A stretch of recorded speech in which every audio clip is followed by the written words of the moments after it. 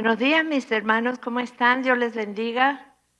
Espero que estén bien despiertitos y alertas, bendecidos. Les había dicho que hoy era la última clase, ¿cierto? Pero no porque varios hermanos vinieron a hacerme algunas dudas, preguntas, y pude notar y sentir que realmente necesitamos una clase como la de hoy, que va a ser para reforzar ciertos conceptos y hacer un repaso, y poder ver en general a grandes rasgos todo lo que hemos visto hasta ahora para que nos quede más claro. ¿Estamos bien? Y poder reforzar y repasar, y de esta manera vamos a aprovechar mucho mejor. No quiero que quede. Yo sé que de todas maneras dudas, yo todavía las sigo teniendo y las vamos a tener, y realmente hay cosas que, y esto no quiero que lo tomen como un escapismo, ¿no? de mi parte, sino que es la verdad. Las cuestiones de los últimos tiempos y el Apocalipsis son cosas muy difíciles. ¿Y se acuerdan que les hablé del horizonte profético? ¿Cuántos recuerdan allá al principio les hablé del horizonte profético? El otro día estábamos en Galveston y mirábamos así, estábamos en la playa y mirábamos el horizonte en el mar.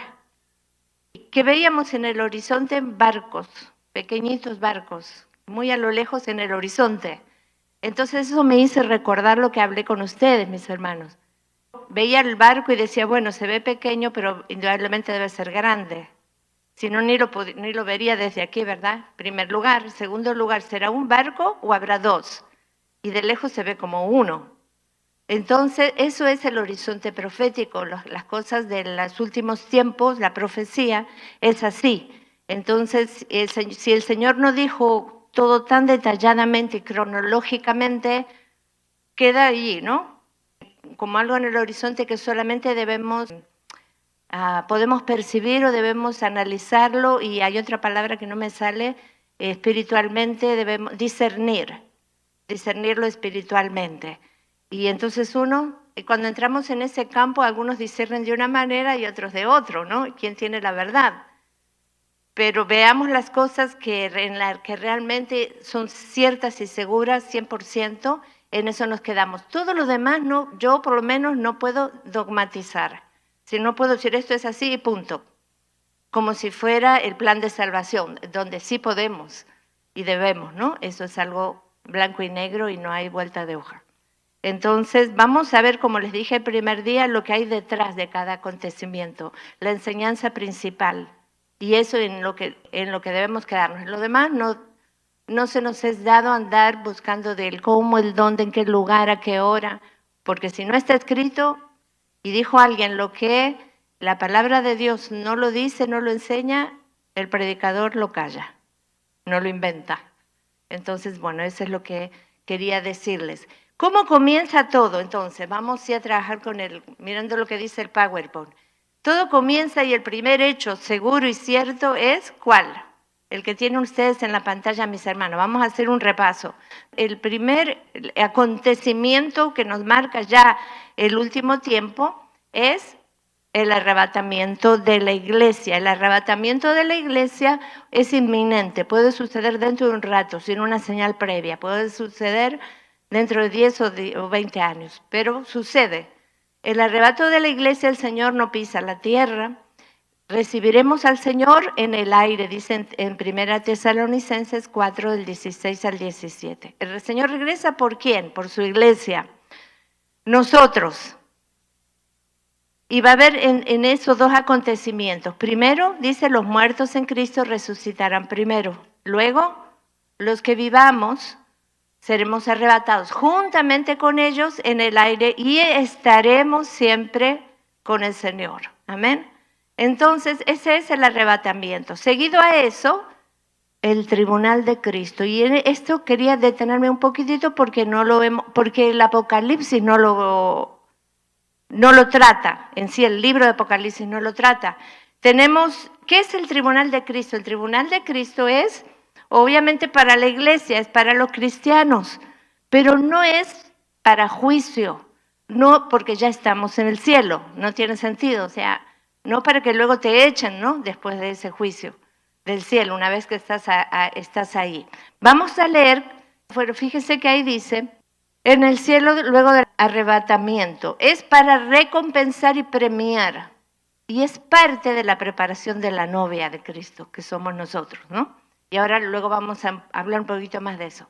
Vamos a leer 2 Corintios 5, 10. ¿Alguien que lo lea, por favor? ¿Se alcanza a leerlo bien? Porque es necesario que todos nosotros comparezcamos ante el tribunal de Cristo, para que cada uno reciba según lo que haya hecho mientras estaba en el cuerpo, sea bueno o sea malo. Es claro, ¿verdad? El apóstol Pablo dice, es necesario que cada uno de nosotros comparezcamos, nos presentemos ante el trono del Señor, ante el tribunal de Cristo, para que cada uno reciba, eso es algo muy personal, según lo que haya hecho. Usted va a recibir su premio, yo voy a recibir el mío. Leamos Romanos 14, 10. Sí. A ver, alguien que lea esto. Pero tú, ¿por qué juzgas a tu hermano? ¿Por qué menosprecias a tu hermano? Porque todos comparecemos ante el tribunal de Cristo. Otra vez. Perdón. Siéntese, gracias. Quiero decir que otra vez Pablo dice, todos nosotros compareceremos ante el tribunal de Cristo. Nadie se va a escapar. ¿Cómo entendemos esto entonces, mis hermanos? No somos salvos por obras, somos salvos por la fe y tenemos por gracia, por medio de la fe, y tenemos la justicia de Cristo. No va a ser por eso que vamos a ir al tribunal, sino por nuestras obras. No, somos salvos por fe, pero para buenas obras. Es decir, nada que acá, bueno, yo ya me convertí, ya el Señor borró mis pecados y soy salvo por la gracia, no por la obra, entonces me voy a portar mal, voy a hacer lo que quiero, igual ya me salvó Cristo. Bueno, eso sería una señal de que tal vez realmente no hubo verdadero arrepentimiento, ¿no? No hay conversión, pero eso dejémoslo aparte. Además de eso, está bien, dice, hay otro texto que dice en Romanos 2:6, el cual pagará cada uno conforme a sus obras. Dice que muchos van a ser salvos como por fuego. Muchos van a ser salvos, aunque así como por fuego. Es decir, vamos a ser salvos porque nos hemos reconocido a Cristo. Amén. Estamos bien hasta ahí. Pero seguimos haciendo cosas que no están bien, ¿no? Y que estamos así como que con un piecito afuera y uno adentro. La gracia de Dios es tan grande, la misericordia de Dios es tan grande, que Él conoce nuestros corazones. Más sin embargo, las obras sí importan. Sí importa, y todo lo que tú hagas tiene recompensa. Acá en la tierra tiene recompensa también, porque el Señor recompensa tarde o temprano. En primer lugar, la mayor recompensa es la paz que Él pone en nuestro corazón cuando hacemos lo bueno, el gozo inefable de hacer lo bueno, de servir a los demás. ¿Cuántos han experimentado ese gozo, esa paz con Dios, ese gozo que trae cada vez que tú sirves al hermano o al que está allá afuera, le hablas de Cristo? Cuando te sacrifica tu tiempo por otros, le das a otro, traes a tu casa a aquel que no tiene, tal vez, o das del pan al hambriento, o no sientes ningún tipo de satisfacción. Sí, ¿verdad? Hágame aunque sea así, mis hermanos. Quiero saber que de verdad están captando lo que les digo, ¿no? Alguna señal de humo. Bueno, además de esa recompensa que tenemos aquí en la tierra, la vamos a tener allí en el cielo. Dice, en otros textos habla de esas coronas que se nos van a dar, de esos premios. De verdad que, sinceramente, yo por lo menos en mi sentir, no quisiera ningún premio, solo la presencia de Dios me basta. Sin embargo, el Señor, más de la presencia, nos va a dar premios, nos va a dar dones, nos va a dar, y bueno, y de eso se trata. El tribunal de Cristo, más todo lo contrario, el que realmente tal vez haya aparentemente hecho buenas cosas, pero ¿qué tal de las intenciones? Solo Dios sabe con qué intención hicimos una buena obra, ¿verdad? Bueno, todo eso se va a hacer arreglado, y yo creo que eso es parte del embellecimiento de la novia de Cristo, de la esposa de Cristo, ¿verdad? Del embellecimiento de los vestidos, de la novia, de los adornos de la novia que es la iglesia. ¿Estamos de acuerdo? ¿Tienen alguna duda o reforzar? La cita que dijo en Corintios 3:15. Dice, si la obra de alguno se quemare, él sufrirá pérdida. Si bien él mismo será salvo, aunque así como por fuego. La cita que estaba diciendo. Y la otra de Efesios es la que está en 2:8, desde el 8 al 10, dice, no por obras para que nadie se gloríe, porque somos hechura suya, creados en Cristo Jesús para buenas obras, las cuales Dios preparó de antemano para que anduviésemos en ellas. Amén. ¿Estamos bien, mis hermanos? Gracias, Chely. Eso nos aclara. Vamos a movernos entonces. Ok, mientras en el cielo están sucediendo esas cosas tan hermosas y maravillosas y sorpresotas que nos vamos a dar, abajo en la tierra, ¿o no? Abajo en la tierra, la gran tribulación, ¿no? Y es una cuestión de risa. Acá nos ponemos serios. La gran tribulación, 7 años. Eso es, lo veo tan claro como el agua clara. Muchas veces se menciona esto y las 3 años y medio y 3 años y medio. ¿Qué pasará? La gran tribulación básicamente es Apocalipsis, del 5 al 18 por lo menos, 19. ¿Estamos bien? Básicamente todo el libro de Apocalipsis trata de esto. Tiempo de angustia para Jacob, para Israel.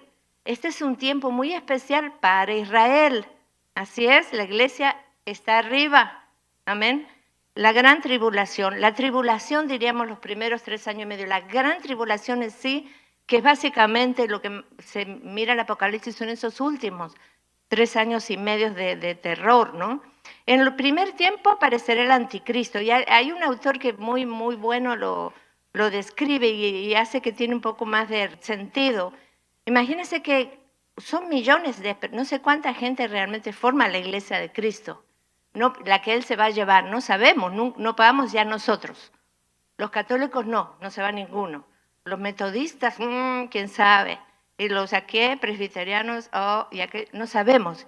¿Quién es la iglesia de Cristo realmente? Tal vez muchos de los que están aquí vienen a la iglesia, pero no son de Cristo realmente. Son simpatizantes, les gusta, tienen un convencimiento mental, pero no hay una entrega, no hubo un arrepentimiento verdadero y son los que se van a quedar.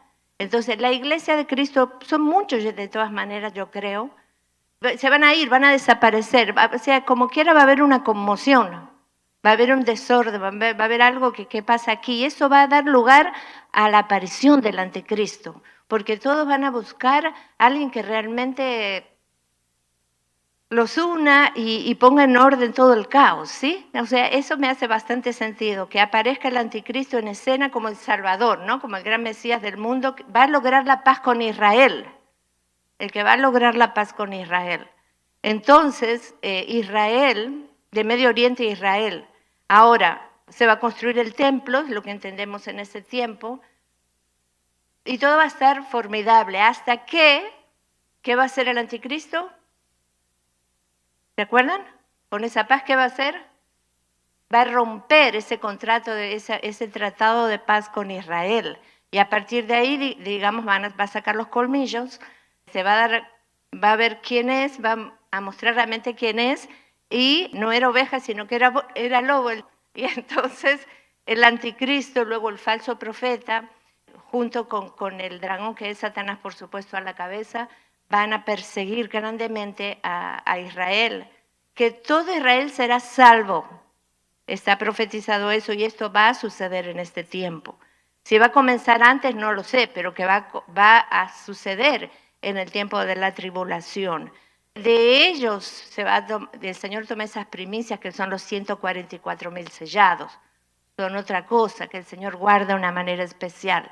Todo esto en la gran tribulación. Entonces, muchos también gentiles, yo creo, se van a convertir a Cristo. Vamos a suponer esta imagen. Vamos a suponer que el Señor viene ahora mismo, nos lleva a todos, ¿verdad? Ay, Dios no lo quiera, pero de repente hay uno que se queda en la silla y no se va con el Señor. Y es posible, es muy posible, porque ¿cuántos por ahí vienen a la iglesia y realmente no son de Cristo? Hasta se creen que son, pero realmente no lo son, o porque vienen y porque los traen, o tantos esposos, generalmente suele pasar, ¿no? O esposas, vamos a decir, o hijos que vienen a la fuerza y ahí están, pero bueno, por lo menos vengamos porque tal vez nos trae suerte o quién sabe qué. Bueno, yo creo que esos van a ser los más fáciles que se entreguen a Cristo durante. Ellos no se van a ir con Cristo, pero en esos años de tribulación, porque tienen el conocimiento. Y ahora cuando vean que esto fue realidad, que la iglesia se va a dar cuenta que, wow, que era cierto. Y entonces, eso puede ser de esos tantos gentiles que sí sean de Cristo en el tiempo de la tribulación. ¿Me sigues? ¿Estamos bien? Pero claro, van a tener que pagar con su vida. Y nadie quiere llegar a eso, ¿no? Como diciendo, bueno, igual va a haber otra oportunidad. Yo no quisiera pasar ese tiempo, no sé usted. ¿Tienen una pregunta mientras tanto? Pastora, mi pregunta es, durante el tiempo de la tribulación, ¿va a estar el Espíritu de Cristo aquí o no? ¿En la tierra o no? No lo dice específicamente la Escritura, pero el Espíritu de Cristo va a estar. Si bien la iglesia no esté, muchos dicen, bueno, muchas veces he escuchado esto, que si la iglesia no está, el Espíritu Santo que está en la iglesia, no está. Pero yo digo, no va a estar de la misma manera, porque la iglesia no está. Si no, el pueblo de Israel no se convertiría.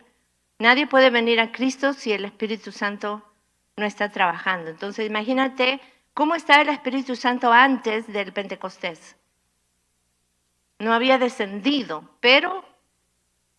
no había descendido sobre la iglesia, pero estaba trabajando, Él siempre estuvo. Iba y venía. En ese momento el Espíritu Santo no estaba, pero iba y venía, obraba en la gente, ¿no? Amén. Y yo creo que en el tiempo postrero va a ser así, en la tribulación. Seguimos con la gran tribulación, creo que más tenemos que decir. No solamente, bueno, creo que esto es todo. Vamos a seguir adelante. Seguimos la otra slide, por favor. Esto queda claro entonces. Mientras tanto, la iglesia está en el cielo, la gran tribulación en la tierra. Usted va a escuchar otros predicadores, otros maestros, otras iglesias que enseñan que no, que la iglesia va a estar en la tribulación. Bueno, está bien. Cada uno discierna. Es lo que yo puedo discernir al estudiar toda la Escritura. Toda la Escritura. ¿Ok? Seguimos adelante. Y luego de esto, Apocalipsis 19, la segunda venida de Cristo. Él posa sus pies, ¿dónde dijimos? En el Monte de los Olivos en Jerusalén, del mismo lugar donde Él ascendió a los cielos. Y esto lo menciona específicamente Zacarías capítulo 14. Entonces, en el momento, bueno, durante la tribulación vimos todas las copas de la ira de Dios, toda el castigo divino sobre los incrédulos. Y luego, entonces, en la segunda venida de Cristo se produce durante la batalla del Armagedón, que es lo último, ¿no? Lo último que tenemos en la tribulación. El Señor regresa para vencer. Ya regresa no como en Belén de Judá, sino ahora sí todo el mundo y todo ojo le verá, dice la palabra. Y va a venir como vencedor, regresa para vencer. Cristo viene con poder y gran gloria y pisará la tierra. Va a vencer al falso profeta y a la bestia y los lanzará al lago de fuego de azufre. Ya no sabemos más nada de ellos nunca más. Pero el que va a ser atado es Satanás. Por un tiempo. ¿Por cuánto? Por un tiempo, dice la palabra 1000 años. Y él viene, dice, los ejércitos celestiales le seguían. Estuve leyéndolo en el griego, no porque yo sepa griego, no se van a creer. Aunque lo estudié en el seminario, no me recuerdo nada. Pero tenemos y se los recomiendo, que usted puede comprar el Nuevo Testamento interlineal, en español o en inglés. Yo lo tengo en español, por supuesto, y entonces puedo leer, ahí está la línea en griego y abajo traducido literalmente del griego, aunque usted ve no tiene mucho sentido en la redacción, pero ahí donde ve exactamente cómo lo escribió el autor. Y los ejércitos celestiales le seguíanle, dice, habiendo sido vestidos de lino fino, limpio y resplandeciente. Y a mí me hizo más sentido cuando leí habiendo sido vestidos de lino fino, lino resplandeciente. Entonces, esto puede ser los ángeles, dijimos, porque en la traducción dice santos, pero cuando leo esta traducción me hace más sentido que puede ser la iglesia, porque quien fue vestida de lino fino, limpio y resplandeciente es la iglesia de Cristo, los santos de Cristo. Entonces solamente se queda ahí, pero seguimos estudiándolo, mi hermano. Yo sé que ustedes y eso me pasa a mí, me gusta sentarme en una clase y que el maestro me diga, bueno, esto va a ser así, esto es así, así y así. Eso es muy cómodo. Usted tiene que seguir estudiando la Biblia y ver a qué conclusión estamos llegando. Entonces queda allí, y sí es muy posible entonces que lo que me enseñaron desde chica era verdad, que la iglesia viene con Cristo, es muy posible, pero yo no hago dogma de esto, ¿no? De la segunda venida de Cristo. Y si la iglesia es la que va a juzgar el mundo, como se menciona en el texto, 1 Corintios 6, en Lucas 22, entre otros, dice, ok, lo que sí sabemos seguro, porque lo dicen en Apocalipsis 19, que el que va a juzgar el mundo van a ser esos mártires de la tribulación que van a resucitar en la segunda venida de Cristo. Amén. Esto es otro de los acontecimientos. Ahí dice, segunda venida de Cristo, resurrección de los santos de tribulación. ¿Quiénes son? Los mártires. En general van a ser los judíos, el pueblo judío, y otros gentiles que se hayan entregado a Cristo y que fueron muertos, que dieron su vida por Cristo, van a resucitar. ¿Para qué? En el milenio es juzgar. No se menciona la iglesia. Entonces esa es la dudita que a mí me queda. Satanás será atado y a partir de ahí el tiempo de milenio. Algunos dicen que son 1000 años exactamente, otros piensan que no, porque la palabra 1000 años se ha mencionado en otras situaciones de la Biblia para referirse a un periodo largo de tiempo, pero el punto principal, ¿cuál es? Que el Señor va a reinar y va a juzgar el mundo. Amén. Seguimos, a ver, cambiarle por favor. Y vamos al reino milenial. Hasta ahora, ¿una pregunta sobre eso, mis hermanos? Porque quiero hablar de un punto que me quedó también, aunque esto nadie me lo preguntó, pero a mí me quedó como que tal vez no creo que mis hermanos interpreten mal en cuanto al milenio. Ninguna pregunta hasta ahora. ¿Seguimos? Bien. En Apocalipsis 20, del 1 al 4, habla del milenio y dice que es el periodo en el cual Satanás será atado y Cristo estará reinando sobre la tierra, literalmente junto con su pueblo. La iglesia puede ser la iglesia glorificada. Los santos de la tribulación, eso es seguro. Ahora, ¿qué diferencia hay con el reinado actual de Cristo? ¿Acaso Cristo no está reinando ahora? ¿No acaso Cristo no reina a través de la iglesia? ¿Sí o no? Dígame, hágame así o no. O tal vez. Sí, reina. Sabemos que en la actualidad, desde que Él vino la primera vez, su reino llegó. Dice Mateo, en Mateo 12, 28 y en Mateo 3, 2 dice, arrepentíos, dice Mateo 3, 2, arrepiéntanse porque el reino de los cielos se ha acercado. Mateo 12 dice, si yo echo, le dijo Jesús a sus discípulos, si yo echo fuera a los demonios, ciertamente ha llegado a ustedes el reino de Dios. Quiere decir que el reino de Dios llegó y está con nosotros y funciona a través de la iglesia, a través del Espíritu Santo. Amén. El Señor Jesús venció en la cruz y resucitó. Está a la diestra del Padre, gobierna sobre el mundo. En realidad el gobierno, Dios nunca perdió el control. Dios gobernó siempre desde que creó el universo. No es porque entonces en ese aspecto siempre Dios gobernó. Pero cuando Cristo vino, es Dios venido en carne a la tierra. Él pisó la tierra ya, ¿no es cierto? Amén. Y Él gobierna y Él reina a través de su iglesia. Satanás está debajo de los pies de la iglesia. ¿Amén? ¿Sí o no? Ah, muy bien. Pero, sin embargo, Romanos 16, 20 dice, Dios aplastará en breve a Satanás bajo nuestros pies. Habla en futuro, aplastará. Entonces, ¿está aplastado o no está? ¿Está bajo nuestro pie o no está? ¿Cómo resolvemos esa situación? Esta es una de las tantas aparentes contradicciones de la Biblia, pero que no lo son. Y al buen entendedor, pocas palabras, ¿verdad? Es decir, está atado bajo nuestros pies nuestras vidas personales. Amén. O sea, si yo me pongo pilas, ¿verdad? Eso sí, y si yo vivo en una vida sometida a Dios, si no vivo en pecado, Satanás está debajo de mis pies. Si Satanás me ataca, va a ser lo último que haga en mi vida. Así, amén. Pero a nivel mundial, a nivel del mundo, Él está bien sueltito. Dios, aplastará en breve a Satanás bajo nuestros pies. Entonces, la victoria de Cristo va a ser completa en aquel tiempo. Y aún con nosotros, si ven Satanás está bajo mis pies, yo también tengo que luchar contra él.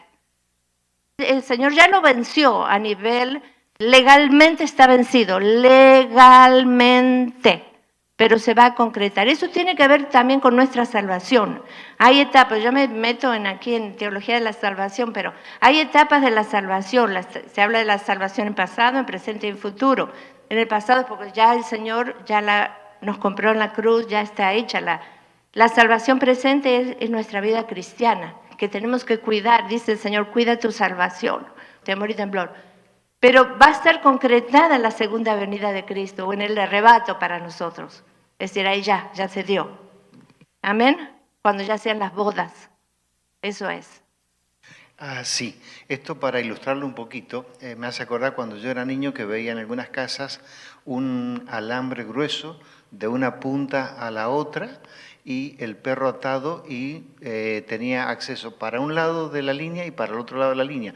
En ese sector ni se metiera porque lo iba a pellizcar seguro.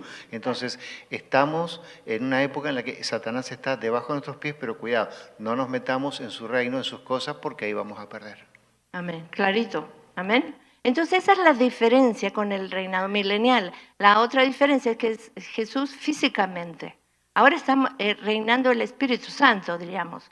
Está reinando en el mundo a través de la iglesia. La iglesia está presente en el mundo, entonces Cristo está reinando. A través de la iglesia. La iglesia hace milagros, la iglesia predica, la iglesia como que Cristo está caminando en la tierra. Amén. Pero es en un nivel espiritual. Pero cuando sea el milenio va a ser a un nivel físico y a nivel de las naciones. Cristo reinando y juzgando al mundo. Amén. Ya es ese tiempo final. Muy bien, seguimos adelante entonces. Ahora sí le mueves al final del milenio. Vimos que al principio era la primera resurrección. Al final del milenio Satanás será desatado por un breve tiempo, dice. Y luego, pero eso no le durará absolutamente nada. Y ahí es donde volvemos, cuando dice Pablo, Dios aplastará en breve a Satanás bajo nuestros pies. En breve estaba leyendo que no significa solamente que falta poco, sino que eso no va a ser una lucha para Dios. Hace boom, es como que quien hace así para rebelarse y lo bajan enseguida, así va a ser esa lucha entre Satanás y Dios. Amén, eso significa en breve.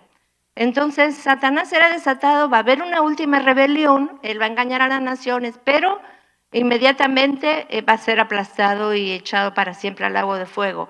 Pero ahora el Señor tiene que tratar con las siguientes personas, las personas, los incrédulos, que han muerto a través de los siglos. Esa va a ser la segunda resurrección, la de los incrédulos. Y luego de esto, el juicio final, el juicio del gran trono blanco.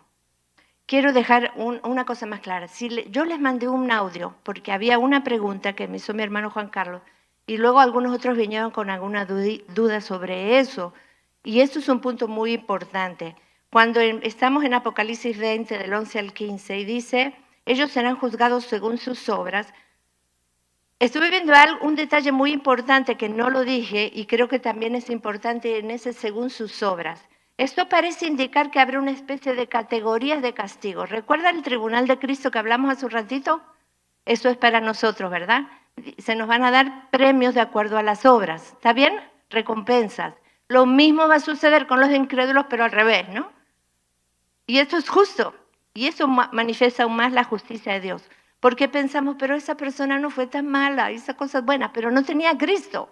O sea, no es salva, no va a ser salva. Pero ese castigo, lo que yo puedo discernir aquí, no es tan grande como aquel asesino violador de niños, por ejemplo. Decimos, no puede ser igual el castigo. Es lo que estoy interpretando, es más fácil decir. Pero sin embargo, cuando lo miramos un poquito así de lejos, decimos, pero de todas maneras no van a estar en la presencia de Dios. Eso ya es demasiado castigo. No necesitamos otra cosa, ¿verdad? De todas maneras no van a estar para siempre, por la eternidad, en la presencia de Dios. Van a estar lejos, y eso ya es un infierno. Pero aún así va a haber castigo. Sin embargo, quiero que quede claro. Dice la palabra de Dios que por cuanto todos pecaron, están echados, destituidos de la gloria de Dios. Entonces, no hay una sola persona que no haya pecado. Dice, no hay ni uno solo, no hay justo ni uno, recalca la Biblia. Es decir, que aun aquellos que nos parecen buenos, si no están justificados por la sangre de Cristo, van a la perdición eterna. Entonces, eso es algo que debe quedar claro. Serán juzgados según sus obras porque no fueron juzgados por la fe. Ya que no recibieron al Señor por la fe, deben ser juzgados. Nosotros también ya sí fuimos juzgados por las obras. ¿Cuándo, mi hermano? Quiero oír esto. Salvación básica, ABC, del Evangelio. Nosotros también fuimos juzgados. Por si alguien le dice, no es justo, que ustedes no van a estar en el juicio final. Ya fuimos juzgados. ¿Cuándo? Exacto, en la cruz de Cristo. Él cargó sobre nosotros el pecado y cuando le recibimos ya fueron juzgados nuestros pecados en Cristo. Muy breve, Chely. Sí, Susi. Bueno, yo lo entiendo, que así como confiaron en sus obras, en sus propias obras, es justo para ver la justicia de Dios. Entonces, bueno, yo lo que interpreto es que, bueno, entonces, confiaste en tus obras, entonces ahora te voy a juzgar por ellas. Exacto. Pero no porque sabemos que por obras nadie va a ser salvo. Y lo mismo lo dice de la A a la Z en la ley. Si fallas uno, eres culpable de todos los demás. Entonces, al no tener a Dios a ser parte de tu vida, pasa lo que el mismo Señor dice al principio. Él maldice las generaciones y a veces no nos gusta hablar de estas cosas, pero a veces aborrecer a Dios no necesariamente es decirle Dios te aborrezco, es sencillamente no tenerlo. Darle la espalda, hacer nuestra propia vida. Entonces, bueno, y estuvo bueno esa frase, es decir, ya que confiaste en tus obras, ahora te voy a juzgar por tus obras, ¿no? Vamos. Ok. Y terminamos con lo de las bodas de Cordero, que voy a continuar el domingo que viene, porque tiene más relación también con lo que ya terminamos en el capítulo 21 de Apocalipsis. En realidad, lo de las bodas del Cordero está en Apocalipsis 19, inmediatamente antes de la venida de Cristo. Todo el mundo prorrumpe. Y si leemos ese texto, gocémonos y alegrémonos, démosle gloria. Ellos dicen que son los siervos de Dios que se gozan en el cielo, porque ya están anunciando la venida de Cristo, porque ya las bodas del Cordero han llegado, dicen ellos. Entonces, si tú lo interpretas tan literalmente, esto fue antes de que Jesús viniera en su segunda venida y sucede esto en el cielo. Es la iglesia, nada más. ¿Y los demás? Los mártires de la tribulación, los que se convirtieron en la tribulación, ¿no van a participar de las bodas entonces?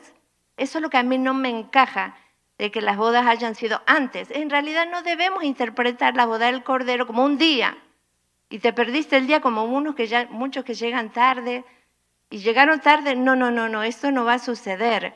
Es un banquete espiritual en primer lugar. No pensemos de que literalmente nos vamos a sentar en una mesa, como yo les puse ahí, y va a haber grandes manjares y a ver qué bebida van a servir, pues serán tacos, serán empanadas, ¿qué será? No, el banquete es realmente simbólico y aparte, mira, durante la pandemia me puse a estudiar cuando estábamos bien encerrados sobre que se habla mucho de comida en la Biblia, mucho, del Génesis al Apocalipsis, comida, es banquete. En serio, dijo, Señor, algo que tiene que ver esto. El Señor le da mucha importancia a la comida y dice, el Señor nos invita a que vengamos, que cuando le abrimos la puerta, dice, cenaremos con Él. ¿De acuerdo? Cenará conmigo y yo con Él y Él conmigo. Es decir, hay un banquete espiritual que comienza, yo creo, el día que partimos a la presencia de Dios y va a ser por la eternidad. Y por eso que nos hacemos tanto lío pensando dónde y cuándo será. ¿Será en el cielo, en la tierra? ¿Será antes? ¿Será después? Eso no es importante para el Señor. Está muy relacionado con la segunda venida, obviamente, ¿no? Pero yo creo que va a empezar, y quería darles, se los voy a dar la semana que viene, las etapas de la boda, porque el Señor continuamente hace la comparación con el matrimonio para referirse a la relación entre nosotros, la iglesia y Cristo. ¿Por qué el matrimonio? Porque es la relación más íntima, más íntima. Y dice que somos uno, que dos, ahora cuando nos unimos con el otro somos uno, no dos. Entonces así somos con Cristo, somos uno. Entonces, pero el día de la boda y todo el proceso de la boda, por lo menos para el judío, tiene por lo menos 3 etapas, y algunos dicen 4. Es el contrato, nada más hago la introducción, es el contrato, es que se hace a lo mejor de que eran niños, es luego el compromiso, que es preparación, y luego la boda en sí. Y está la ceremonia de boda y está la cena de bodas. Y esta comparación nos ayuda a entender cómo es el proceso espiritual de lo que es todo lo que es las bodas del Cordero. Dios les bendiga.